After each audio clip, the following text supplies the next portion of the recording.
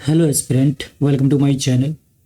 आज हम different types of landforms के बारे में जानेंगे। इसमें बेसिक अंडरस्टैंडिंग को जानेंगे और ये इतना पसंदीदा चैप्टर है यूपीएससी का, पीसीएस एग्ज़ाम का, भले वो बीपीएससी का हो या यूपी पीसीएस का हो या वनडे एग्ज़ाम हो रेलवे का या एसएससी का। कई बार यहाँ से क्वेश्चन पूछे जाते हैं। तो क्वेश्चन किस प्रकार से हैं, लैंडफॉर्म्स क्या होते हैं और इसको बनाने वाली कौन से फोर्सें हैं, शक्तियाँ हैं, ताकत है, उन सब के बारे में इस चैप्टर में हम डिस्कस करेंगे। और इसमें जितना लिखा हुआ केवल उतना ही नहीं बताऊंगा मैं, जितना भी आपके लिए इम्पोर्टेंट पॉइंट्स है और बड़ी बड़ी क्लासेस में जो पढ़ाए जाते हैं, यानी 6 से लेकर के 11-12 तक का जो भी महत्वपूर्ण लैंडफॉर्म से संबंधित पॉइंट्स होंगे, बिंदु होंगे, मैं यहाँ पे डिस्कस करूँगा। लेकिन उससे पहले मैं आपको रूबरू कराना चाहता हूँ कि लैंडफॉर्म्स होते क्या हैं। तो इसमें जो डायग्राम दे रखा है, आकृतियाँ दे रखी है, इसके अलावा एक और मैंने आपके लिए डायग्राम को बनाया है, यानी उसमें थोड़ा मॉडिफिकेशन की है।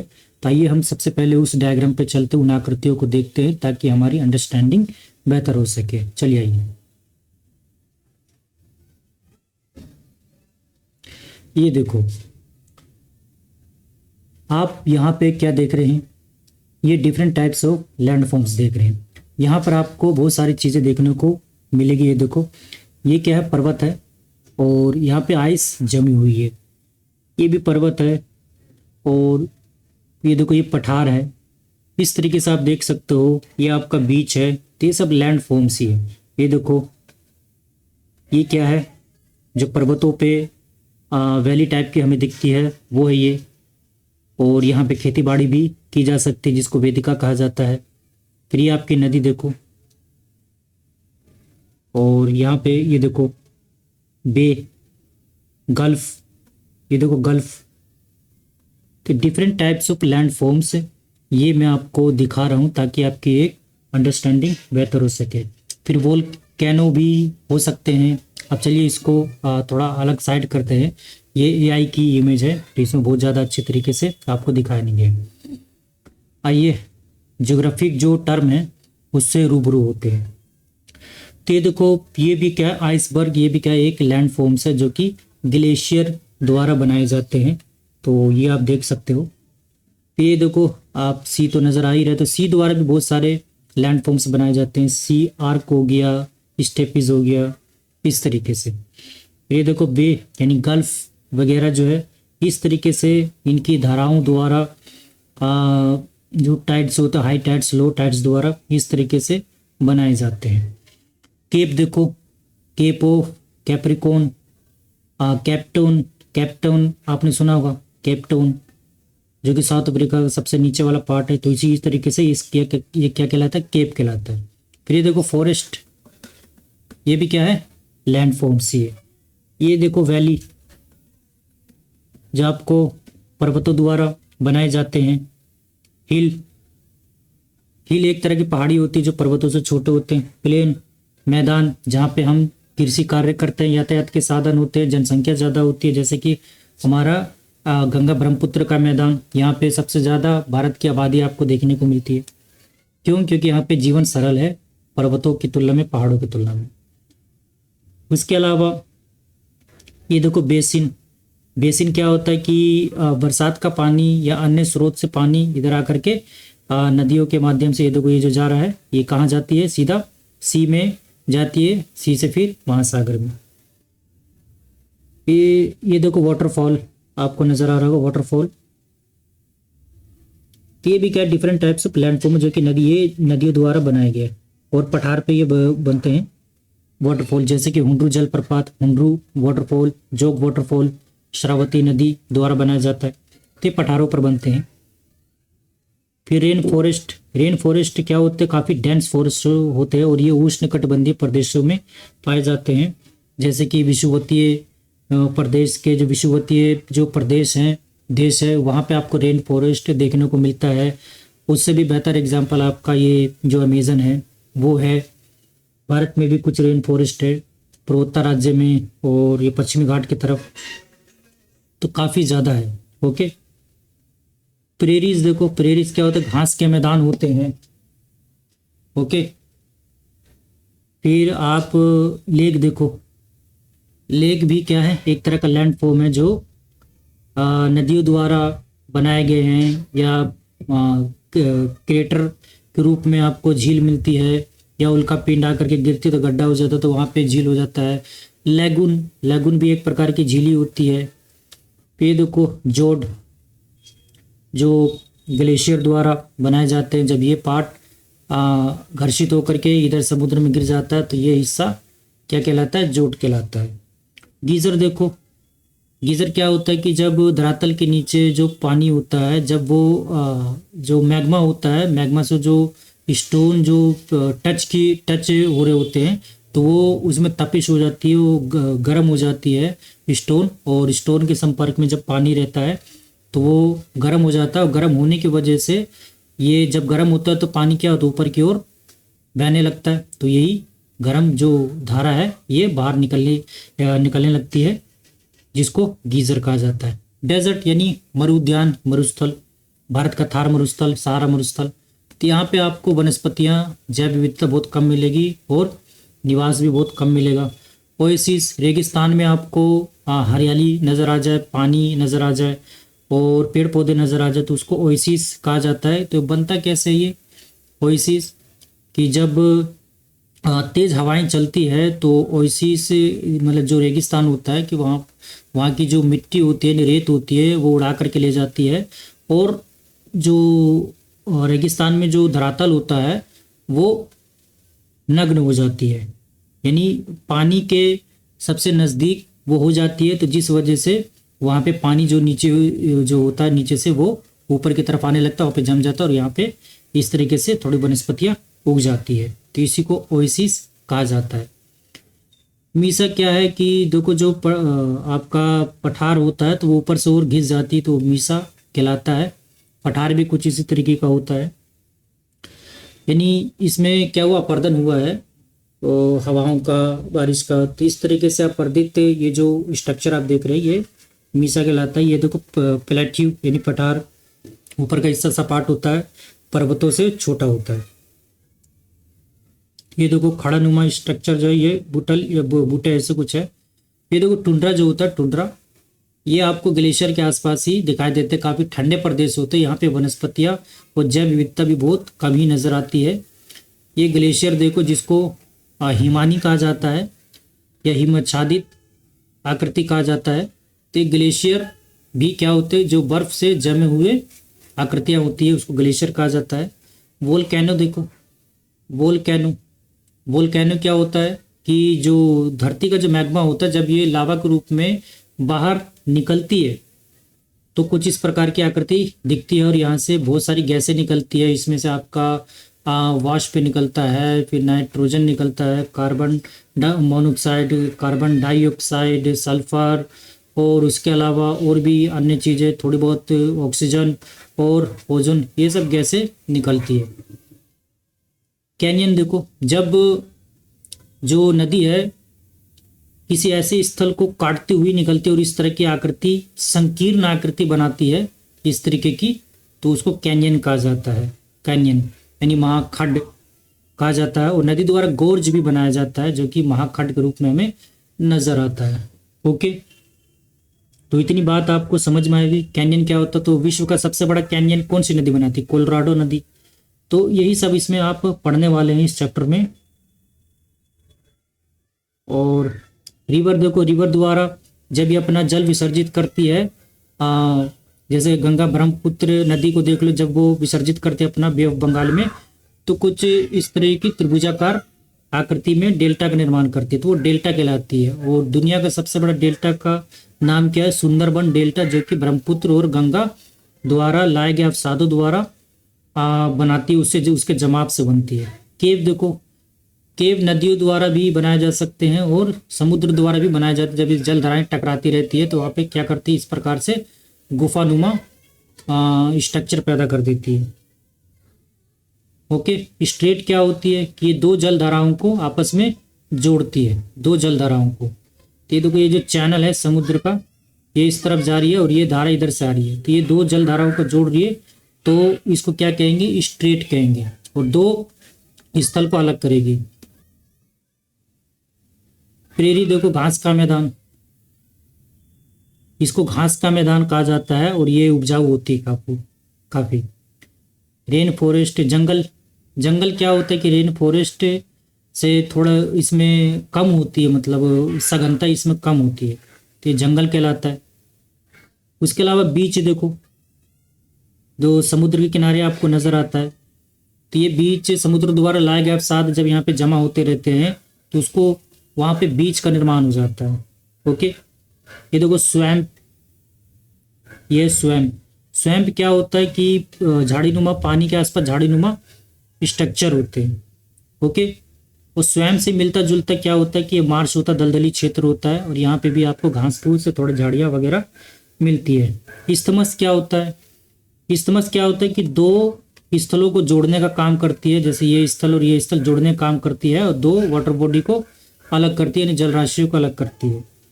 और ये पेनिनसुला यानी प्रायद्वीप है, तो ये तीन तरफ से क्या होता है जलराशि से घिरा रहता है, तो उसको पेनिनसुला कहा जाता है, जैसे कि इंडियन पेनिनसुला बेस्ट एग्जाम्पल है। ये ओशियन, सी और ओशियन में फर्क होता है, ओशियन ज़्यादा गहरा होता है और सी कम गहरा होता है। लेगून देखो ओशियन द्वारा बनाए जाते हैं जब इसका पानी समुद्र का क्या होता है मतलब कट करके या छटक छटक करके इस तरीके से, मतलब धारा आती है, फिर उधर पानी तेजी से आती है, फिर उधर पानी चला जाता है, तेजी से आता है उधर पानी चला जाता है, तो इस तरह का जो झील बनती है उसको लैगून झील कहा जाता है। तो भारत में लैगून झील के उदाहरण क्या है, चिल्का झील हो गया, बेस्ट एग्जाम्पल है लैगून झील है।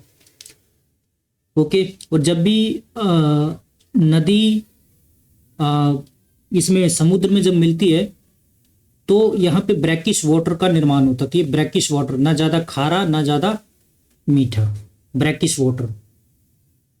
कोस्ट बता दिया, ड्यून बता दिया। ड्यून क्या होता है कि हवाओं द्वारा जब रेतों को उड़ाया जाता है तो कुछ वहाँ पे इस तरीके के रेत के पहाड़ नुमा स्ट्रक्चर बन जाते हैं, तो उसको ड्यून कहा जाता है। क्लीफ क्या होता है कि जब आपके जो समुद्र है, महासागर है, जब उनकी धाराएं आकर के इस तरीके से पत्थरों से टकराती है, भूमि से टकराती है, तो ये अपरदित होकर के इधर निकल जाती है, समुद्र में चली जाती है और यहाँ पे जमाव होता रहता है, तो ये जो आकृति बनती है क्लिफ कहलाती है और ये कोस्ट कहलाती है। ओके, ये देखो ये आइलैंड, ये आइलैंड है और ये एटोल है। एटोल, एटोल क्या होते हैं आपको पता होगा, जिसको कोरल रीफ के बारे में पता होगा तो एटोल के बारे में पता होगा, तीन टाइप के होते हैं, तो उसमें से एक टाइप एटोल है।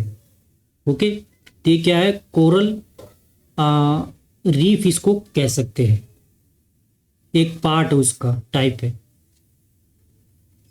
गल्फ आपको मैंने बता दिया, रिवर बता दिया, केव बता दिया, कैनियन बता दिया, प्लेटो बता दिया, है ना, बेसिन सी बे, ये सब, चलो ये सब हो गया है।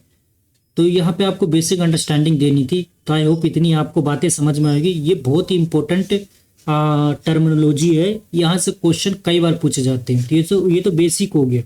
अब हम मेन उस पर चलते हैं, टॉपिक पर, उसको पढ़ते हैं।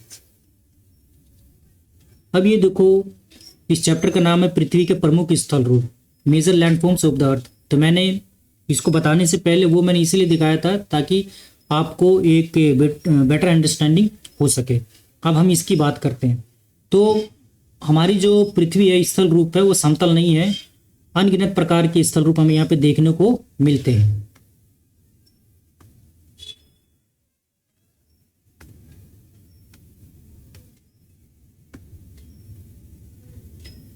तो अनगिनत प्रकार के हमें स्थल रूप देखने को मिलते हैं। स्थल मंडल के कुछ भाग ऊंचे नीचे और कुछ समतल हो सकते हैं। दो प्रक्रियाओं द्वारा ये स्थल रूप बनते हैं, यानी लैंडफॉर्म्स बनते हैं।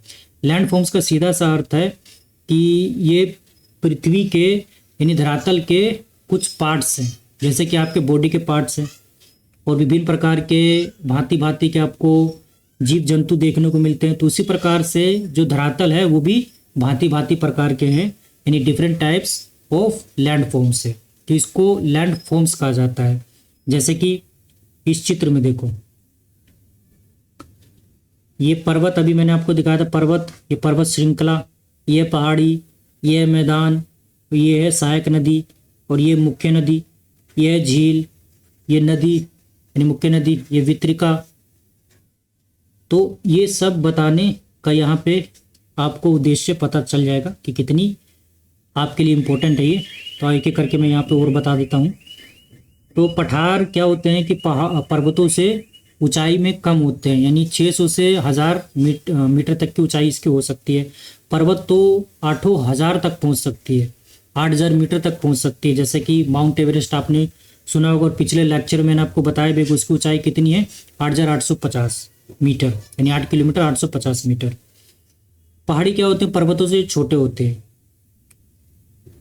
स्थल संधि क्या होती है, अभी मैंने बताया, स्थमज जिसको कहा जाता है, तो वही दो स्थलों को जोड़ती है। वितरिका क्या होती है, जब नदी जो होती है जब अपना जल विसर्जित करती है तो वहाँ पे धीमी हो जाती है और कई धाराओं में बढ़ जाती है। 3 धाराओं को वितरिका कहा जाता है, यानी डिस्ट्रीब्यूटरी कहा जाता है, डिस्ट्रीब्यूटरी। जल संधि क्या होती है, जो दो जल राशियों को जोड़ती है और दो स्थलों को अलग करती है। जैसे कि ये देखो, ये द्वीप और इधर वाला ये अलग हो रही है। समुद्र तो पता ही है, सी, जिसका जो महासागर से कम गहरी होती है, उथला होता है, ये नदी का मुहाना है। झील कृत्रिम भी हो सकती है, प्राकृतिक भी हो सकती है, क्रेटर झील भी हो सकती है, लैगून झील भी हो सकती है, कई हो सकती है। ये सहायक नदी, ये मुख्य नदी और ये है सहायक नदी। सहायक नदी इसमें जा करके मिलती है। श्रृंखला क्या होता है, ये देखो 1 2 3 यानी पहाड़ों का समूह, पर्वतों का समूह श्रृंखला कहलाता है। तो इसका श्रृंखला यहाँ तक है, कई किलोमीटर तक हो सकती है। देखो ये श्रृंखला कहलाती है।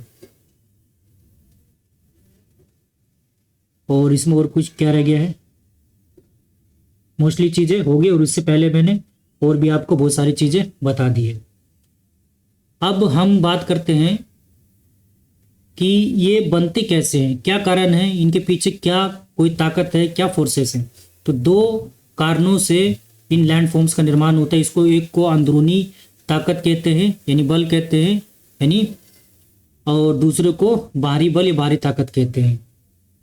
यानी एक को इंट्रूसिव फोर्स इंग्लिश में कहते हैं, एक को एक्सटीरियर फोर्सेस कहते हैं। तो इंट्रूसिव फोर्सेस यानी अंदरूनी ताकतों में आंतरिक प्रक्रिया कह लो उसको। तो उसके कारण सतह या तो क्या होती है, ऊपर उठ जाती है या धंस जाती है।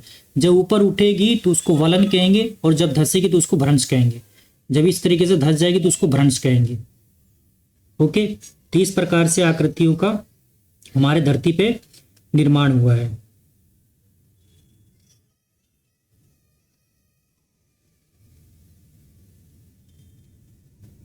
अब दूसरी जो ताकत है या कारण है, बाह्य प्रक्रिया, यानी बाह्य ताकतों द्वारा निर्माण होता है। और बाह्य ताकतों में यानी बाहरी ताकतों में, बाह्य बल में क्या आता है, जल, वायु, बर्फ, ये बाह्य ताकतें हैं जिनकी वजह से विभिन्न आकृतियों यानी स्थल रूपों का, लैंडफॉर्म्स का निर्माण हुआ है। और इन तीनों द्वारा अपर्दन और निक्षेपण की प्रक्रिया की जाती है। अपर्दन यानी इरोजन और निक्षेपण यानी डेपोजिशन। तो अपर्दन क्या होता है कि पृथ्वी की सतह, कोई भी सतह हो, कोई भी पहाड़ हो, पर्वत हो, जब उस पे ये तीनों जो माध्यम है, इन तीनों माध्यम द्वारा घिसावट हो रही होती, टूट फूट हो रही होती है, तो उसको अपर्दन कहते हैं। और सूर्य भी इसमें एक भूमिका निभाता है टूट फूट में। तो जब अपर्दन होती है तो अपर्दन हो करके वो नीचे गिरती है, धरातल पे गिरती है, और फिर ये जल, वायु द्वारा, बर्फ द्वारा एक स्थान से दूसरे स्थान पर ले जा करके उसको क्या कर देते, निक्षेपित कर देते। तो उस प्रक्रिया को निक्षेपण कहा जाता है। Got it. तो उस प्रक्रिया को निक्षेपण कहा जाएगा, यानी फिर से निर्माण होना। निक्षेपण का सीधा सा अर्थ है कि किसी भी चीज का जमाव होना, जमना। अपर्दन का अर्थ है कि उसका मतलब घिसना, टूट फूट होना अपर्दन कहलाता है। और उसके अपर्दनकारी जो ताकतें हैं वो कौन सी है, जल, वायु, बर्फ। निक्षेपण भी क्या है, इन्हीं माध्यमों से होता है, जल, वायु, बर्फ। ओके, जैसे कि पहाड़ है तो पहाड़ पे कितने सालों से, वर्षों से, लाखों वर्षों से बारिश हो रही है, हर साल होती है। तो हर साल होते होते थोड़ा थोड़ा अपर्दित होती रहती है, वो टूट फूट, घसीट उसमें होती रहती है। और वो फिर वही वर्षा के पानी के माध्यम से या फिर नदियों के माध्यम से ये एक जगह से दूसरी जगह पे जा करके क्या करते हैं, निक्षेपित करते रहते, डिपॉजिट करते हैं। तो परत दर परत वो जमती रहती है, जिससे मैदान का निर्माण होता है। ओके, तो हम विभिन्न स्थल रूपों को उनकी ऊंचाई और ढाल के आधार पर पर्वतों, पठारों और मैदानों में बांट सकते हैं। तो पर्वतों, पठारों और मैदानों, यानी ये क्या है, लैंडफॉर्म्स है। पर्वत भी हमारे पास 3 प्रकार के होते हैं, वलित पर्वत, ज्वालामुखी पर्वत और भ्रंशोत पर्वत। पठार भी कई होते हैं, अपलिफ्टमेंट पठार होते हैं, ज्वालामुखी पठार होते हैं। मैदान क्या होता है, जैसे कि गंगा ब्रह्मपुत्र के मैदान, सिंधु नदी का मैदान, मिसिसिपी का मैदान, यांगात्से रिवर द्वारा जो मैदान का निर्माण किया गया चाइना में वो। फिर पर्वत क्या होते हैं, प्राकृतिक ऊंचाई। पर्वत का शिखर क्या होता है, छोटा होता है, शंक्वाकार होता है, लेकिन आधार चौड़ा होता है। आसपास के क्षेत्र से बहुत ऊंचा होता है। ये आसपास के जितने भी क्षेत्र, चाहे पहाड़ी, पठार या मैदान, उससे बहुत ऊंचा होता है। कुछ पहाड़ बादलों से भी ऊंचे होते हैं, जैसे कि माउंट एवरेस्ट। ऊंचाई पर जाएंगे तो हमें जलवायु ठंडी प्राप्त होती है। तो यहाँ पे मैं आपको बता दूं कि 4,500 मीटर से हमें बर्फ मिलना शुरू हो जाती है पर्वतों पे, यानी उसकी क्या, ये हिम रेखा कहलाती है। 4,500 हिम रेखा। कहीं पे ये ज़्यादा होती है तो कहीं पे कम होती है। जैसे कि भारत के जो हिमालय है, इसका केस लें तो इधर पश्चिमी साइड जो होगा, इसका जो हिम रेखा होगा वो ज़्यादा होगा और पूर्वी साइड कम होगा, क्योंकि वहाँ पे जो हिमालय है वो नीचे की तरफ जा रही है, इसलिए।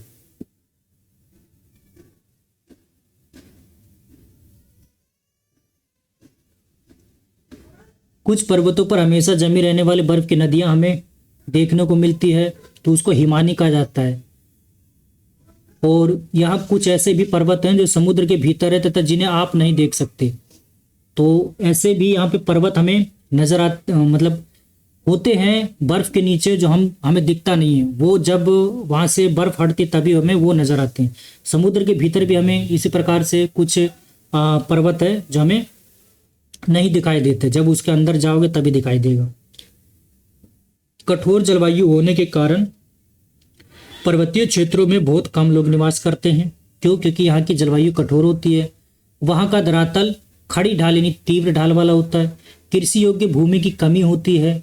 पर्वत एक रेखा के क्रम में भी व्यवस्थित हो सकते हैं, जिसको श्रृंखला कहा जाता है, यानी रेंज कहा जाता है। ये देखो, ये इस बच्ची को देखो, ये पेपर को दोनों तरफ से क्या कर रही है, फोर्स लगा रही है। फोर्स लगाने पे देखो ये वलन उत्पन्न हो रहा है, इसी को वलन कहा जाता है। और इस तरह से जो आकृति बनेगी, यानी पर्वत के केस में, पहाड़ के केस में, तो उसको वलित पर्वत कहा जाएगा, वलित पर्वत। तो ये देखो, ये भूपर्पटी है। ये हमारी जो भूपर्पटी है कई प्लेटों से मिल करके बनी है। तो जब 2 प्लेट आपस में टकरा रहे होते हैं इस तरीके से, एक विपरीत दिशाओं में, एक इधर और एक इधर बल लगा रहे होते हैं, तो वलन उत्पन्न होता है। तो जब वलन उत्पन्न होता है तो इसी से हिमालय का निर्माण हुआ है, एंडीज पर्वत का निर्माण हुआ है, रॉकी पर्वत का निर्माण हुआ, आल्प्स पर्वत का निर्माण हुआ है। तो ये वलित पर्वत कहलाते हैं। तो ये देखो, ये वलित पर्वत का बेस्ट एग्जाम्पल है हिमालय। आप देख सकते हो कि कितनी गगनचुंबी ये पर्वतें हैं। इंग्लिश में वलित को फोल्ड माउंटेन कहेंगे और भूपर्पटी को क्रस्ट कहेंगे। कहा जाता है कि बहुत से पर्वतीय तंत्र समानांतर श्रृंखलाओं के क्रम में जो सैकड़ों किलोमीटर में फैले होते हैं। हिमालय, आल्प्स, एंडीज क्रमशः एशिया, यूरोप तो दक्षिण अमेरिका की पर्वत श्रृंखलाएं हैं। तो ये श्रृंखलाओं में कई किलोमीटर तक ये पहाड़ क्या है, श्रृंखलाओं में फैले हुए हैं, जिसको रेंज कहा जाता है। पर्वतों की ऊंचाई एवं आकार में हमें भिन्नता देखने को मिलती है, हर जगह में समान नहीं मिलती है। तो ऊपर की तरफ आपको ऊंचाई इसकी ज़्यादा मिलेगी, मध्य भाग में ज़्यादा मिलेगी, लेकिन जो मैदानी इलाके से सटे हुए वहाँ पे आपको ऊंचाई कम मिलेगी। जैसे हिमालय में आप देखोगे तो आपको जो मध्य हिमालय वहाँ पे आपको ऊंचे ऊंचे शिखर मिलेंगे, क्योंकि वहाँ पे वलन ज़्यादा हो रहा है। वही नीचे आप शिवालिक की, लघु हिमालय शिवालिक की तरफ जाओगे तो वहाँ पे आपको कम ऊंचाई की पहाड़ियाँ मिलेगी। ओके, पर्वत 3 प्रकार के होते हैं, वलित पर्वत, भ्रंशोत पर्वत, ज्वालामुखी पर्वत। इंग्लिश में वलित पर्वत को फोल्ड माउंटेन कहेंगे, भ्रंशोत पर्वत को ब्लॉक माउंटेन कहेंगे, ज्वालामुखी पर्वत को वोल्केनिक माउंटेन कहेंगे। हिमालय तथा आल्प्स वलित पर्वत है, जिनकी सतह उबड़ खाबड़ और शिखर जो शंक्वाकार है। भारत की ये जो मैं आपको बता रहा हूँ, ये बेसिक अंडरस्टैंडिंग है, आत्मसात कर लेना, नहीं तो आपको दिक्कत होगी समझने में। जब आप आगे जैसे जैसे बड़ी क्लासेस को पढ़ते रहोगे, एडवांस बुक को पढ़ोगे। वैसे भी सफिशिएंट है, चाहे वो यूपीएससी का एग्जाम हो, पीसीएस का एग्जाम हो, एनसीईआरटी सफिशिएंट है ज्योग्राफी के लिए 6 से लेकर 12 तक। केवल यही पढ़ो और अच्छे तरीके से पढ़ो, और किस तरीके से पढ़ना चाहिए उस तरीके से पढ़ोगे, तभी आपका नॉलेज जो होगी वो गेन होगी। केवल इसमें जो लिखा हो रट लेने से आपका नॉलेज तो मिल जाएगी, लेकिन आप एग्जाम क्रैक नहीं कर पाओगे, क्योंकि एग्जामिनर जो है वो घुमा फिरा के क्वेश्चन आपसे पूछ रहा है, स्टेटमेंट वाइज पूछ रहा है, डायरेक्ट नहीं पूछ रहा, फैक्ट वाइज नहीं पूछ रहा। वो फैक्ट वाइज तो बहुत कम ही पूछता है।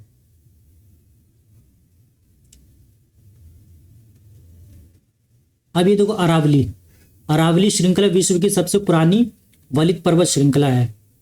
क्यों? क्योंकि इसका जो निर्माण हुआ था ना, सभी पर्वतों से पहले हुआ था, लेकिन अब ये इसकी श्रृंखला नष्ट हो गई है। यानी इतनी ज़्यादा अपरदित हुई है बारिशों से, हवाओं से, आंधियों से और मनुष्य द्वारा, कि इसकी जो ऊपरी जो सतह है वो क्या हो गई, इसकी ऊंचाई कम हो गई। तब ये पहाड़ी बन गई। इसको विशिष्ट पर्वत कह सकते हैं। ये विशिष्ट प्रकार की आकृति वाली पर्वत है, लेकिन ये अब श्रृंखला नहीं रह गई। लेकिन ये पुराने वलित पर्वत हुआ करते थे।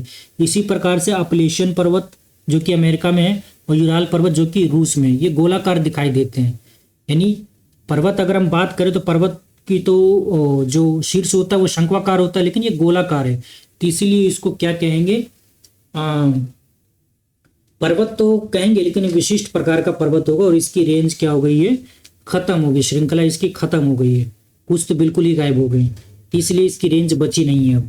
तो एग्जामिनर आपसे कंफ्यूज करने के लिए या टेस्ट सीरीज आप लगाते हैं ना, तो ये जरूर देता है कि वलित पर्वत निम्नलिखित में से कौन है। जैसे कि आपने हिमालय, आल्प्स, एंडीज तो पढ़ रखा है, लेकिन जिस टीचर ने आपको अरावली के बारे में नहीं बताया, अपलेशन के बारे में नहीं बताया, यूराल के बारे में नहीं बताया, तो वहाँ पे बाकी सबको हटा करके वहाँ पे ब्लॉक माउंटेन दे देगा और ये अरावली वाला दे देगा या अपलेशन वाला दे देगा, तो आप कन्फ्यूज हो जाओगे, क्योंकि इसको तो वलित पर्वत में कभी पढ़ा नहीं है। तो इसलिए आपको कैटेगराइज करना, उसमें स्पष्टता लाना बहुत ही ज़्यादा ज़रूरी है।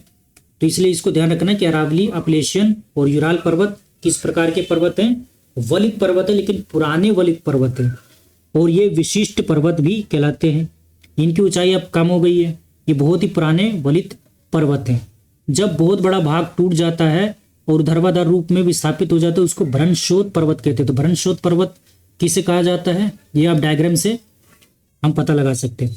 देखो, ये पहले एक ही तरह की पहाड़ी हुआ करती थी, लेकिन बीच वाला हिस्सा क्या हुआ, नीचे की ओर धंस गया। तो जो धंसा हुआ हिस्सा उसको ग्रैबन कहा जाता है इंग्लिश में, और द्रोणिका भ्रंश कहा जाता है हिंदी में, और जो उठा हुआ भाग है इसको हार्स्ट कहा जाता है। हार्स्ट कहा जाता है। ये कई बार एग्जाम में पूछा गया है, हार्स्ट क्या होता है, ग्रैबन क्या होता है, चाहे एसएससी का एग्जाम हो, पीसीएस का एग्जाम हो या यूपीएससी का एग्जाम हो। तो इसलिए इसको बिल्कुल भी स्किप मत करना, इग्नोर नहीं करना।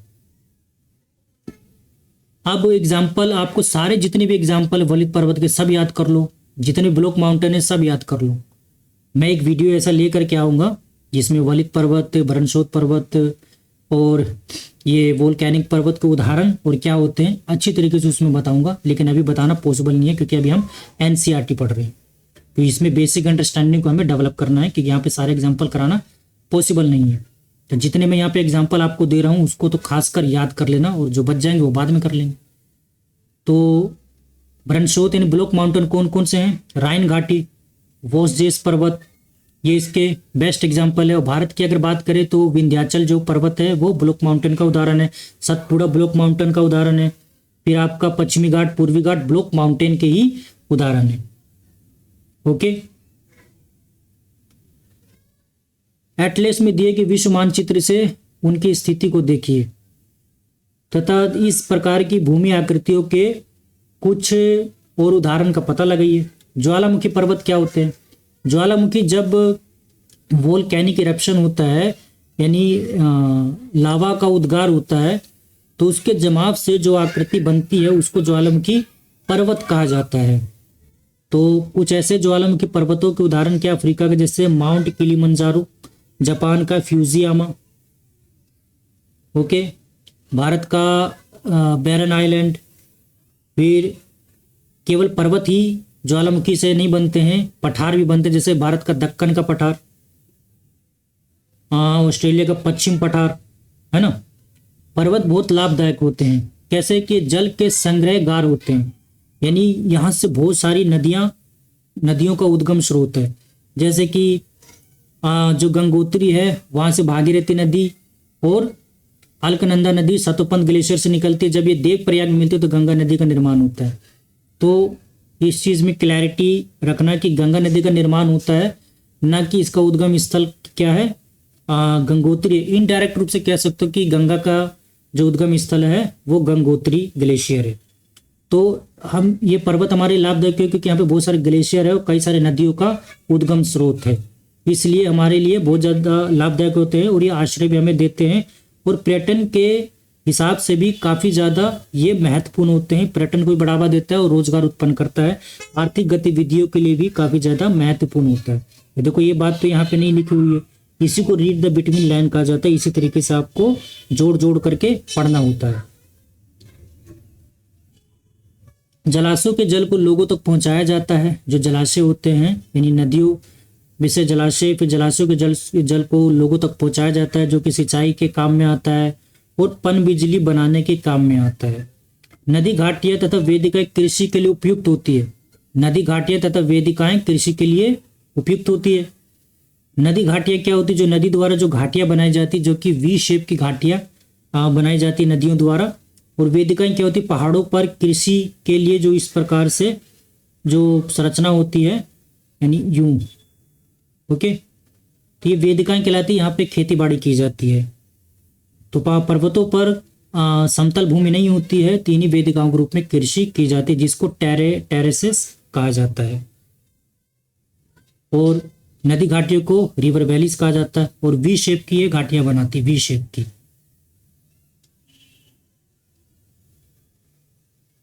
वनों से हमें ईंधन, चारा, आश्रय तथा दूसरे उत्पाद जैसे गोंद, रेजिन इत्यादि प्राप्त होते हैं। तो पर्वतों में अलग अलग प्रकार के वनस्पति जीव जंतु पाए जाते हैं और वनों से हमें ईंधन प्राप्त होता है, चारा प्राप्त होता है, आश्रय प्राप्त होता है, गोंद, रेजिन, फल फ्रूट से, और उसके अलावा और भी मेडिसिन वगैरह, जड़ी बूटियों वगैरह हमें प्राप्त होता है। ऑक्सीजन मिलता है। कार्बन डाइऑक्साइड को क्या करता है? अवशोषित करता है, जिससे पर्यावरण का संतुलन, तापमान का संतुलन बनाए रखते हैं ये पेड़ पौधे। सैलानियों के लिए पर्वतीय भाग उपयुक्त स्थान होते हैं। वे पर्वतों की यात्रा उनकी प्राकृतिक सुंदरता को देखने के लिए करते हैं। विभिन्न प्रकार के खेल जैसे कि paragliding, hang gliding, river rafting, skiing, bungee jump, इस तरह के वहाँ पे खेल प्रचलित होते हैं, जो कि आर्थिक गतिविधियों का केंद्र भी होता है और रोजगार भी ये उत्पन्न करते हैं। तो पहाड़ी पर्वतों इलाकों में ज़्यादा उद्योग स्थापित नहीं होते हैं, तो उनका रोजगार इन्हीं से ही चलता है और अच्छा खासा पैसा कमा लेते हैं ये लोग।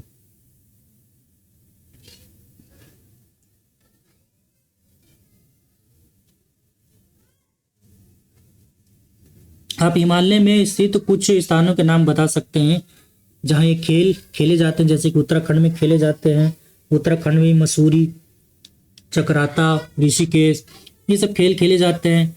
फिर मनाली, खीर गंगा, कुल्लू, यहाँ पे हिमाचल में भी इस तरह के खेल खेले जाते हैं। फिर ये देखो जो वोल्केनिक इरप्शन इस प्रकार से होता है। यहाँ से मैग्मा जो होता है ये इस तरीके से निकल रहा होता है बाहर। जब बाहर निकलता है तो विस्फोटक आवाज के रूप में निकलता है। जब बाहर निकलता है तो ये लावा कहलाता है, और जो आवाज निकलती है उसको लावा बम कहते हैं। और इसके अवशेष जब बाहर निकलते हैं तो वो राख हमें देता है, भाप देता है और कुछ गैस देता है। गैस मैंने बताया था आपको कौन कौन से मोस्ट इंपॉर्टेंट है, जैसे carbon dioxide, carbon monoxide, nitrogen, sulphur, वाष्प हो गया, H2 हो गया, ऑक्सीजन हो गया, ओजोन हो गया। ये मुख्य गैसें हैं जो इससे निकलती है, और साथ ही साथ राख भी निकलती है, कंकड़ वगैरह भी निकलते हैं। ओके,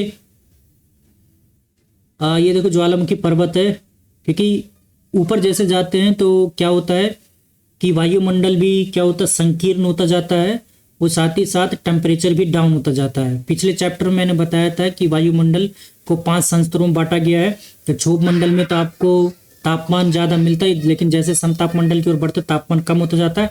मध्य मंडल में और ज़्यादा कम हो जाता है, और फिर उसके बाद फिर तापमान बढ़ता है। तो जहाँ पे तापमान कम हो रहा था वहाँ तक अगर इसकी ऊंचाई जा रही है तो सोचो कि यहाँ पर क्या हो जाएगा, बर्फ जमने लगेगी। ओके। पठार क्या होते हैं? पठार जो होते हैं ये काफ़ी इम्पोर्टेंट होते हैं, प्लेट्यू कहा जाता है इंग्लिश में इसको। और ये खनिज से लबालब होते हैं, यानी सबसे ज़्यादा जो खनिज हमें प्राप्त होते हैं पठार से ही हमें मिलते हैं, और काफ़ी पुराने होते हैं ये देखो पठार, ये दिख रहा होगा पठार आपको, इस प्रकार से होते हैं। तो यहीं पे आपको माइनिंग गतिविधियां, खनन उत्खनन कार्य यहाँ पे देखने को मिलते हैं, जो कि ये मानव निर्मित लैंडफॉर्म्स का निर्माण कर देते हैं।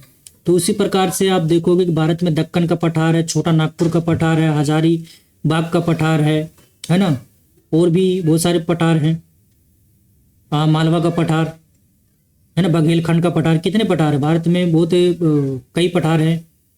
फिर एक पठार जो दंडकारण्य का पठार है, तेलंगाना का पठार है। तो ये पठार, और यहाँ पे हमें क्या मिलता है? खनिज बहुत ज़्यादा प्रचुर मात्रा में। छोटा नागपुर का पठार तो खनिजों से एकदम लबालब है, भरा हुआ है। और यहाँ पे हमें लोहा मिलता है, एल्युमिनियम मिलता है, बॉक्साइट मिलता है पठारों पे, शीशा मिलता है, हीरा मिलता है, बहुत सारी चीज़ें मिलती है, यूरेनियम मिलता है, बॉक्साइट मिलता है, पायराइट मिलता है। अभी हाल ही फिलहाल में बीपीएससी का पेपर हुआ था, तो उसमें क्वेश्चन पूछा गया था कि पायराइट के उत्पादन में सबसे ज़्यादा प्रतिशत कितना है बिहार में। तो कुछ ऐसा क्वेश्चन था, तो उसमें तो सबने लगभग क्वेश्चन तो ठीक मारा, 95% उसमें ऑप्शन में दे रखा था, लेकिन वहाँ पे प्रोडक्शन नहीं था, रिजर्व ज़्यादा है, तो उन क्वेश्चन को डिलीट करना पड़ा। तो इसलिए आपको जो भी आप याद करते हो उसमें क्लैरिटी होनी चाहिए कि रिजर्व ज़्यादा है या उत्पादन ज़्यादा है। तो कौन सा स्टेट के पास ज़्यादा रिजर्व है, कोयले का रिजर्व किसके पास ज़्यादा है, लेकिन उत्पादन के मामले में कौन ज़्यादा है, ये आपको विभिन्न खनिजों को कैटेगराइज करते हुए याद करना पड़ेगा। जैसे कि आयरन के लिए सबसे ज़्यादा जो उत्पादन होता कौन सा राज्य कर रहा है, तो आयरन में नंबर 1 पे है आपका उड़ीसा। और कोयले के उत्पादन में कौन आ गया है अब नंबर 1 पे, तो ये चेंज होता है, पहले तो झारखंड था, अब मेरे ख्याल से उड़ीसा ही नंबर 1 पे आ गया है। फिर कोयला खनन क्षेत्र, ये भी आपको याद करने पड़ेंगे, जो कि 8वीं क्लास में आगे जा करके आप पढ़ोगे। जैसे रानीगंज हो गया, झरिया हो गया, ये सब क्या है? कोयला खनन क्षेत्र। यहाँ से भी क्वेश्चन पूछे जाते हैं, और ये पठारी भागों में हमें देखने को मिलते हैं। तो पठारों की ऊंचाई क्या होती है? कुछ 100 मीटर से लेकर कई हज़ार मीटर तो हो सकती है। और दुनिया में, विश्व में जो सबसे ऊंचाई पर और सबसे ऊंचा जो पठार है, तिब्बत का पठार है। इसकी ऊंचाई 4000 से 6000 मीटर तक है। वैसे तो एवरेज 300 से 1000 मीटर तक ही होती है।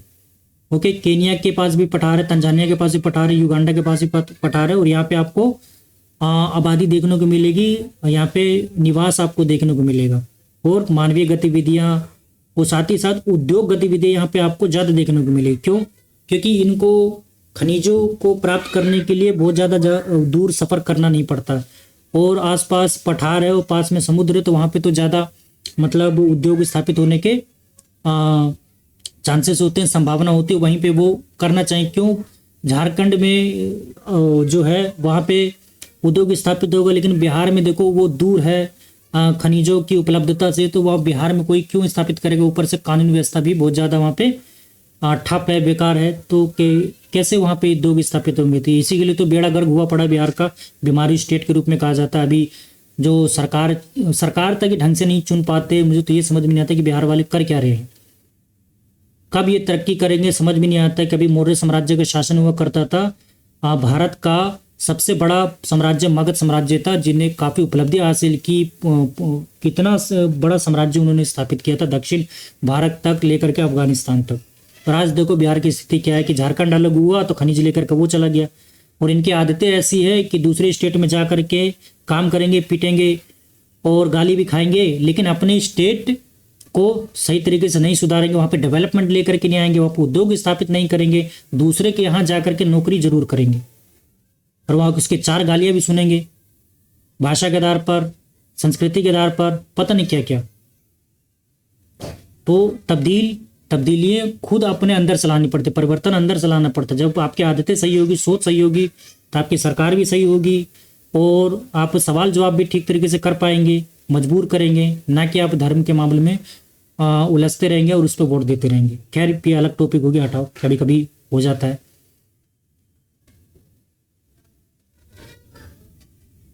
क्योंकि उनमें खनिजों की प्रचुरता होती है, कि इनमें पठारों में यही कारण है कि विश्व के बहुत से खनन क्षेत्र पठारी भागों में स्थित हैं।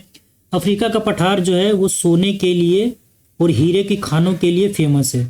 तो इन्होंने मानव निर्मित खान को बना दिया है, निर्माण कर दिया है, जो कि एक लैंडफॉर्म है। ओके, भारत में छोटा नागपुर पठार लोहा, कोयला, मैग्नीज, उसके अलावा और भी अन्य चीज़ों के लिए फेमस है, बॉक्साइट के लिए भी, पायरेट के लिए भी, अभ्रक। पठारी क्षेत्रों में बहुत से जलप्रपात हमें देखने को मिलते हैं, जैसे कि स्वर्ण रेखा नदी जो कि छोटा नागपुर पठार से उसका उद्गम होता है और इस पे हुंड्रू जलप्रपात है। इसी तरीके से जोग प्रपात जलप्रपात जो श्रावती नदी पर है। तो भारत में भी कई सारे जलप्रपात है। इधर आप जाओगे मेघालय में भी आपको जलप्रपात देखने को मिलेगा, 7 सिस्टर वाटरफॉल। तो ये आपको याद करने पड़ेंगे कौन सा सबसे बड़ा है और कौन सा जलप्रपात कौन सी नदी पर है, कौन से स्टेट में है। यहाँ से भी क्वेश्चन पूछे जाते हैं। उदाहरण के अलावा पठार में काली मिट्टी की प्रचुरता होती है। तो जैसे दक्कन का पठार है तो यहाँ पे काली मिट्टी काफ़ी ज़्यादा मात्रा में हमें देखने को मिलती है और उपजाऊ होती है। कपास की खेती के लिए काफ़ी इम्पोर्टेंट होता है और पठारों में रमणीय स्थल भी होते हैं जो पर्यटकों को आकर्षित करते हैं। रमणीय स्थल मतलब कि बहुत ही मन मोह लेने वाले ऐसे यहाँ पे स्थल होते हैं।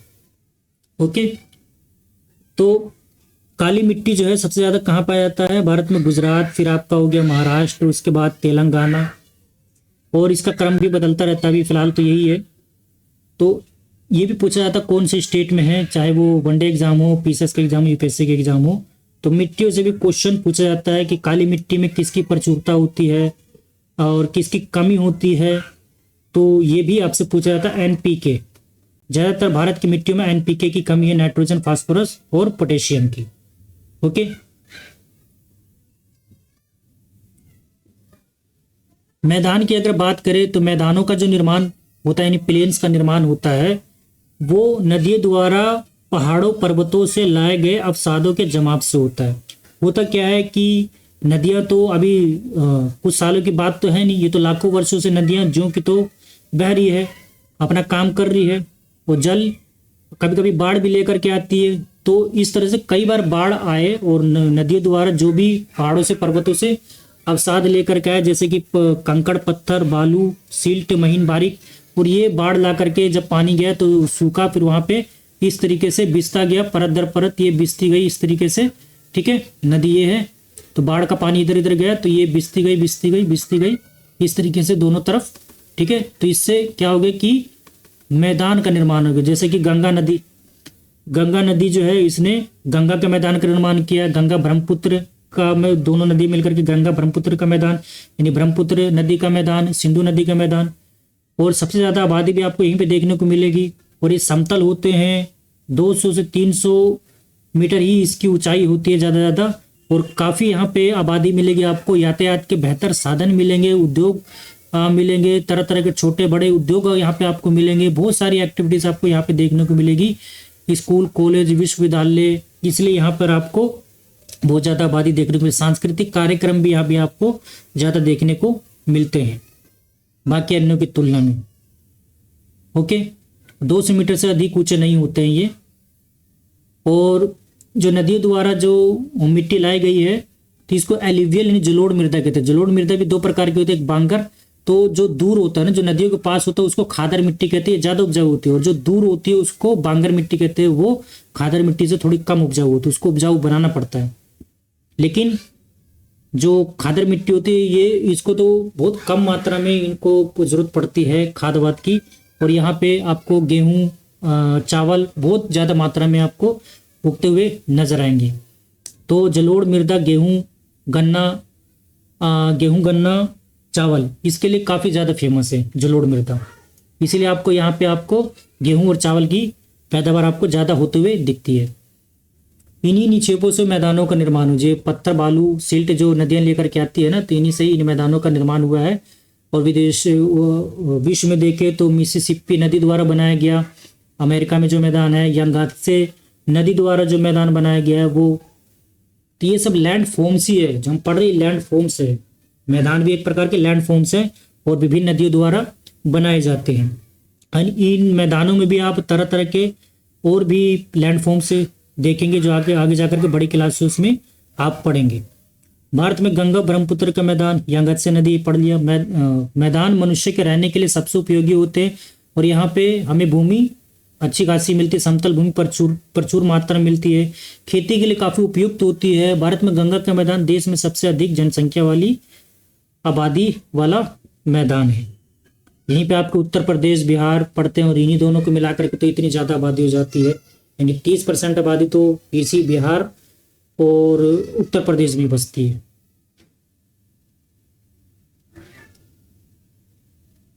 स्थल रूपों की विभिन्नता के अनुरूप ये मानव विभिन्न प्रकार से जीवन यापन करते हैं। पर्वतीय क्षेत्रों का जीवन कठिन होता है, मैदानी का आसान होता है, सरल होता है। मैदानों में फसलें उगाना, घर बनाना, सड़कें बनाना पर्वतीय क्षेत्रों की तुलना में अधिक आसान होता है।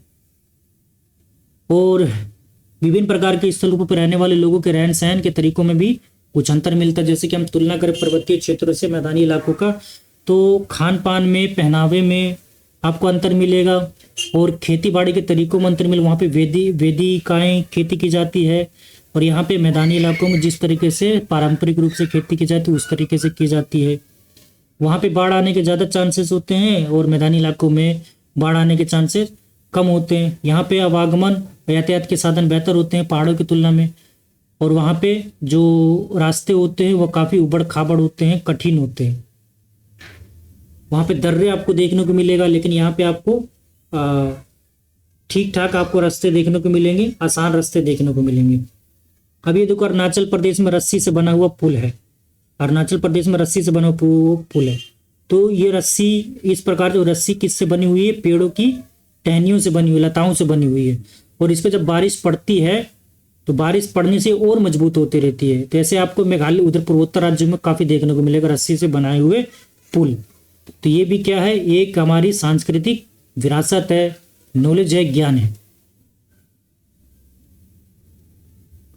प्राकृतिक आपदाओं की बात करें तो भूकंप हो गया, ज्वालामुखी हो गया, तूफान हो गया, बाढ़ हो गया, कि बहुत विनाश लेकर के आते हैं। इन आकस्मिक घटनाओं को कम कैसे कर सकते हैं, जागरूकता को फैला करके कुछ सावधानियां बरत करके, क्योंकि इसको तो हम रोक नहीं पाएंगे, तूफान को, बाढ़ को। मनुष्य अब इतना कैपेबल नहीं हुआ कि इनको रोक पाए। ओके, हम कितने तरीकों से जल एवं स्थल को उपयोग में ला सकते हैं, इसका पता हम अपने आसपास के क्षेत्र से लगा सकते हैं। तो हम क्या सही तरीके से अपने स्थल का जल का प्रयोग करते नहीं। हमारी संस्कृति इतनी खराब है कि हम क्या करते हैं कि खाया पिया जमीन पर फेंक दिया, स्थल पर फेंक दिया, कूड़ा करकट जो है नदियों में फेंक दिया, झीलों में फेंक दिया, पूजा सामग्री का सामान नदियों झीलों में फेंक दिया। क्योंकि हमारी संस्कृति इस तरीके की है कि पूजा की सामग्री का सामान जो है वो जमीन पे ना फेंक करके गंगा मैया में यानी जल स्रोतों में फेंका जाना चाहिए। क्या धार्मिक मान्यता है, तो ये संस्कृतियाँ क्या है, ये खराब है। अगर आपको फेंकना ही है तो कुछ ऐसे पर्यावरण के अनुकूल चीज़ें उसमें डालो जिससे उसको कोई नुकसान ना पहुँचे। फिर हम नाला भी है नदियों में छोड़ रखा हमने, जो डेली उसको काफ़ी गंदा करता है। अभी यमुना नदी, दिल्ली में जो यमुना नदी है वजीराबाद की तरफ, तो हर साल वीडियो वायरल होता है छठ पूजा की तरफ कि कितना झाग उत्पन्न हो रहा है और लोग उसमें नहा रहे हैं, कितना गंदा लगता है देखते हुए। मतलब देखोगे तो आपको मछलियाँ उसमें नजर नहीं, इतना काला नजर आता है। और मछलियाँ तो केवल वही जीवित है जो सर्वाइव कर पाई है ऐसे गंदे पानी में, बाकी तो विलुप्ति हो गई मछलियाँ। और बांध पता नहीं कहाँ पे बनाया गया है, हथनी कुंड बांध हरियाणा में, तो उन्होंने तो पानी इधर कम ही कर दिया है छोड़ना दिल्ली की तरफ। तो बांध बना करके भी क्या हुआ है कि जो नदियां हैं उनकी ऐसी तैसी कर दी है, जो निरंतर वो बह रहे थे। तो जो इलाके में बांध नहीं है तो वहाँ पे पानी की कमी हो गई है। और ये पर्यटन के लिहाज से भी नदियाँ काफ़ी इंपॉर्टेंट होती है। तो गंदा लगेगा तो कौन यहाँ पे जाएगा, पर्यटन स्थल यहाँ पे कैसे विकसित होगा। तो इन्हीं सब चीज़ों को दूर करने के लिए भारत सरकार ने क्या किया था, स्वच्छ भारत मिशन को 2 अक्टूबर से चलाया था। क्योंकि हमारा अगर शरीर स्वस्थ है तो हमारा मस्तिष्क भी स्वस्थ रहेगा, और अगर हमारा शरीर ही स्वस्थ नहीं तो मस्तिष्क भी स्वस्थ नहीं रहेगा, और मस्तिष्क स्वस्थ नहीं तो शरीर भी स्वस्थ नहीं रहेगा। दोनों ही एक दूसरे से पारस्परिक रूप से जुड़े होंगे। स्वस्थ शरीर के लिए अच्छा पर्यावरण चाहिए और स्वच्छ वातावरण चाहिए। यानी स्वच्छ पर्यावरण का मतलब साफ हमें जल चाहिए, वायु चाहिए और स्वच्छ वातावरण चाहिए। तो क्या हमें ये मिल पा रहा है? ये जो भी इस वीडियो को देख रहे हैं वो अपने आसपास जिस भी इलाके में रह रहे हैं तो खुद ही जानते होंगे कि हमारा वातावरण जल वायु कितना खराब हो चुका है। और दिल्ली की बात करें तो दिल्ली में तो वायु प्रदूषण इतना ज़्यादा बढ़ चुका है, 400 AQI पार कर गया है। यहाँ पे आंखों में जलन होती है, जो कईयों को तो दमा की बीमारी हो गई है, और पोल्यूशन की वजह से कई तो उनकी मृत्यु हो गई है। इतनी ज़्यादा दिक्कत है। यानी ये जो AQI जो हुआ है, इसका जो कारण क्या है, मानवीय गतिविधियाँ ही हमारी ऐसी है कि जिसकी वजह से ये प्रदूषित होती जा रही है।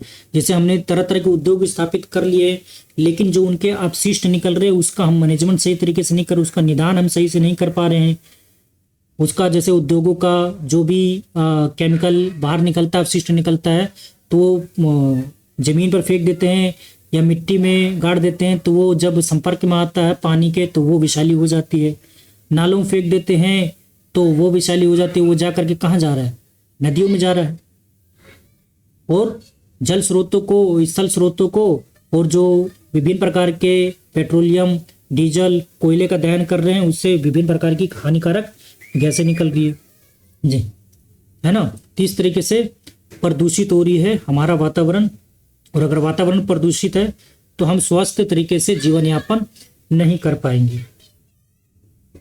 ये देखो चित्र में आप देख सकते हो विभिन्न लैंडफॉर्म्स। ये क्या है, रेगिस्तान है, ये जल क्रीड़ा है, नाव की रेस हो रही है। ये देखो बीच है, इधर ये समुद्र है। और ये देखो ये चौथा क्या है, ये इस तरीके से छतरी नुमा स्ट्रक्चर बना रखा है, किससे, पेड़ पौधों की मदद से, और रहने के लिए बना रखा है ना।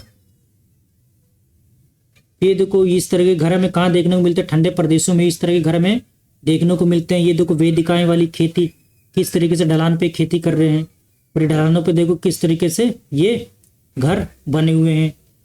ये देखो क्या कर रहे हैं, रिवर राफ्टिंग कर रहे हैं, जो ऋषिकेश में काफ़ी ज़्यादा होता है। ये देखो ये वैली है जहाँ पे पशुपालन किया जा रहा है। घास के मैदान, जैसे जम्मू कश्मीर में आपको कई घास के मैदान मिलेंगे, वहाँ पे मर्ग क्या कहा जाता है, मर्ग, गुलमर्ग, सोनमर्ग, घास के मैदान को, जो वैली होती है। इसी तरीके से बुग्याल कहा जाता है उत्तराखंड में घास के मैदान को। तो ये देखो यातायात के साधन पर्वतीय क्षेत्रों में, तो वहाँ पे कम मिलेगा, मैदानी इलाकों में आपको ज़्यादा देखने को मिलेगा। और यहाँ पे आपको एक चीज़ और बताना चाहूँगी, उद्योग जो स्थापित कर लिए हैं हम लोगों ने, तो मानव निर्मित है। और जो विभिन्न प्रकार के जो हमने वाहन वगैरह इस्तेमाल जो करते हैं, चाहे बस का हो गया, स्कूटर, गाड़ी, कार, तो जो भी पेट्रोल और डीजल का इस्तेमाल कर रहे हैं, तो उससे पता कौन कौन सी गैसें निकलती है, उससे भी हानिकारक गैसें निकलती है। जैसे कि कार्बन डाइऑक्साइड निकलता है, कार्बन मोनोऑक्साइड भी निकलता है, नाइट्रोजन भी निकलता है। उसके अलावा आपको पार्टिकुलेट मैटर भी निकलता है, फिर VOC भी निकलता है। यही VOC क्या करता है, ठंड के महीनों में इस स्मोक का निर्माण कर देता है जलवाष्प के साथ मिल करके, जो काफ़ी धुंध पैदा करता है। ये मतलब अपारदर्शी धुंध, फॉग, काफ़ी खतरनाक होता है, जहरीला होता है स्मोक ये।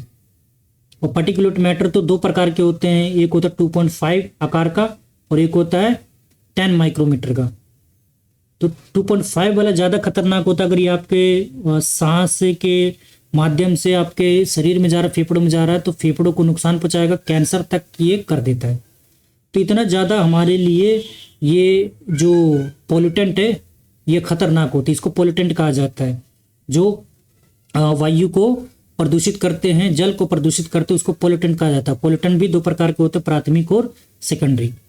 तो ये पढ़ेंगे UPSC एस्पिरेंट जो तैयारी कर रहे हैं वो तो जानते हैं, लेकिन जो अभी बिल्कुल फ्रेशर हैं उनको अभी पूरे अच्छे तरीके से समझ में नहीं आ रहा होगा। लेकिन मैं आपको सलाह दूंगा, जो भी फ्रेशर हैं, जो भी मैंने बताया ना, इसको नोट डाउन कर लेना, इस वीडियो को बार बार देखना, ताकि आपका जो समझ है वो बेहतर हो सके। नहीं तो आप काफ़ी ज़्यादा लंबे समय लेंगे। और कोई भी एग्जाम आप दे रहे हो ना 2-3 साल से, उसकी प्रिपरेशन ज़्यादा मत करो।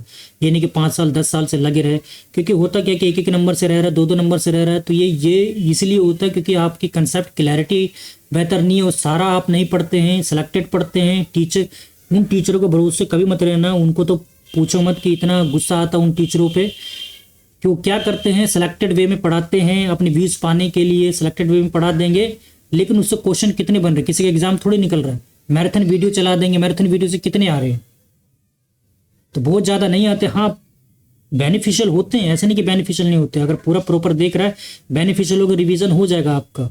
लेकिन आपका एग्जाम क्रैक हो जाएगा इसकी गारंटी नहीं है कि किसी मैराथन से पूरा देख लो और आपका एग्जाम क्रैक हो जाएगा। आपको सेल्फ स्टडी करनी ही पड़ेगी। तो आई होप आपको ये वीडियो बेहतर लगी होगी, और किसी प्रकार की कोई कमी रह गई हो तो ज़रूर हमें कमेंट में बताएं। ये जाते जाते ये क्वेश्चन कर लेते हैं। पहले तो मैं आपसे कहूँगा कि इस वीडियो को पॉज करो, इस क्वेश्चन को करो, क्योंकि मैं तो बताने वाला हूँ। तो चलिए शुरू करते हैं इस क्वेश्चन को। प्रमुख स्थल रूप यानी लैंड फॉर्म्स कौन कौन से हैं? तो प्रमुख में कौन कौन से हैं जो मैंने बताया था? पर्वत हो गया, मैदान हो गया, ओके। उसके अलावा और भी लैंड फॉर्म्स हो सकते हैं जो ग्लेशियर द्वारा बनाए जा सकते हैं, है ना। और ग्लेशियर द्वारा जो बनाए जाते हैं बहुत सारे लैंड फॉर्म्स होते हैं, ड्रमलिन होते हैं, शर्क होते हैं, और उसके अलावा लटकती हुई घाटी होती है, यू शेप घाटी होती है। ये सब किसके द्वारा? ग्लेशियर द्वारा बनाए जाते हैं। पर्वत एवं पठार में क्या अंतर है? पर्वत एवं पठार में क्या अंतर है? पर्वत ऊंचे होते हैं, शीर्ष इनका शंक्वाकार होता है, लेकिन पठार का शंक्वाकार नहीं होता, फ्लैट होता है, चौड़ा होता है। पर्वतों का आधार चौड़ा होता है, पठारों का भी आधार चौड़ा होता है, ओके।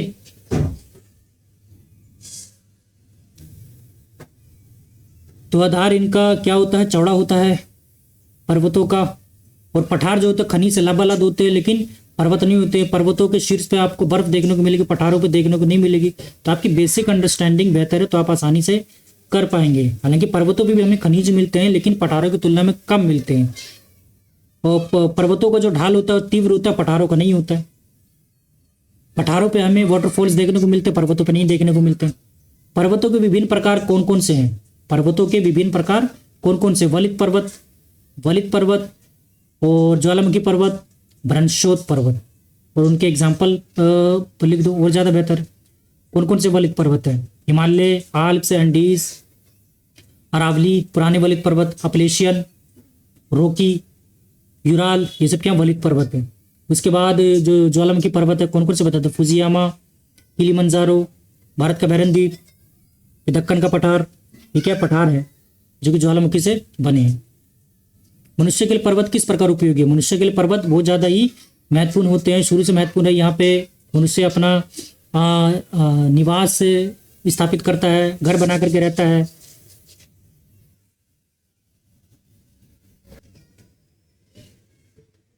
और भी कई तरीके से पठार जो हैं मनुष्य के लिए उपयोगी होते हैं। ये हमें खनिज प्रदान करते हैं, रमणीय स्थल देते हैं, यहाँ से कई नदियाँ बहती है, और भी बहुत तरीके से हमारे लिए पठार उपयोगी हो सकते हैं। पठारों से हम विभिन्न प्रकार के पत्थरों की सामग्रियाँ बनाते हैं, जैसे कि सिलबट्टे जिस पर आप सिल वगैरह पीसते हैं, मसाला वगैरह पीसते हैं, सिलबट्टे वगैरह बनाते हैं। उन पत्थरों का इस्तेमाल हम घर की सामग्री में भी करते हैं, कुछ बनाने में करते हैं। कंकड़ पत्थर उस समय मिलते हैं जो कि घरों के सजावट में काम आते हैं। तो बहुत ही ज़्यादा हमारे लिए पठार जो होते हैं इम्पोर्टेंट होते हैं। आर्थिक रूप से भी और सामाजिक रूप से भी, सांस्कृतिक रूप से भी काफ़ी ज़्यादा हमारे लिए पठार महत्वपूर्ण होते हैं, उपयोगी होते हैं। मैदानों का निर्माण किस प्रकार से होता है? तो नदियों द्वारा लाए गए अवसादों के जवाब से होता है, जैसे कि गंगा का मैदान, ब्रह्मपुत्र का मैदान, सिंधु नदी का मैदान, मिसिसिपी का मैदान, ओके। और वो अवसाद क्या होते हैं? कंकड़, बालू, पत्थर और सिल्ट, जो महीन बारीक जो दानेदार जो रेत होती है या कण होते हैं, उसी को सिल्ट कहा जाता है।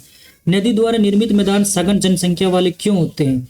क्योंकि ये मैदान समतल होते हैं और यहाँ पे उपजाऊ मिट्टी होती है, कृषि कार्य बेहतर होते हैं, यातायात के साधन बेहतर होते हैं, उद्योग स्थापित होते हैं, सांस्कृतिक रूप से भी काफ़ी ज़्यादा महत्वपूर्ण होते हैं, सांस्कृतिक गतिविधियों के भी केंद्र होते हैं नदी द्वारा निर्मित मैदान, ओके। आवाजाही आसान होती है। तो इस प्रकार से मैदान जो होते हैं हमारे लिए काफ़ी ज़्यादा इम्पोर्टेंट होते हैं। पर्वतों में जनसंख्या कम क्यों होती है? क्योंकि वहाँ, इसका ठीक उल्टा कर दो, क्योंकि वहाँ का जीवन कठिन होता है। वहाँ पे संकीर्ण रास्ते होते हैं, तीव्र ढाल वाले रास्ते होते हैं, उपजाऊ मिट्टी ज़्यादा हमें देखने को नहीं मिलती है, वेदिकाओं के रूप में वो कृषि करते हैं, और वहाँ पे विविधता भी कम होती है। मैदानी इलाकों में विविधता ज़्यादा होती है, जंगल वगैरह भी ज़्यादा होते हैं, ठीक है ना। अब ये देखो, पर्वत पठारों से भिन्न होते हैं। किस प्रकार से? ऊंचाई के मामले में। हिमानी कहाँ पाए जाते हैं? पर्वतों पे। दक्कन पठार कहाँ स्थित है? दक्कन का पठार भारत में। और भारत का बहुत ज़्यादा मतलब प्रतिशत जो है दक्कन का पठार है, यानी 2/3 1/3 जो है वो भारत का दक्कन का पठारी है। यांगात्से नदी कहाँ बहती है? तो ये चीन में बहती है, इससे मैदान का निर्माण हुआ है। यूरोप की एक महत्वपूर्ण पर्वत श्रृंखला कौन सी है? यूरोप की तो है आल्प्स। आल्प्स जो है वो 6 या 7 देशों के साथ सीमा साझा करता है, जैसे कि जर्मनी, फ्रांस, स्विट्जरलैंड, लिंक्टेनस्टाइन, इटली, और भी 1-2 और होंगे। ओके। एंडीज जो है कितने देशों के साथ अपनी सीमा साझा करता है? 7 देशों के साथ सीमा साझा करता है। कौन कौन से? Venezuela, Colombia, Ecuador, Peru, Chile, Bolivia, Argentina.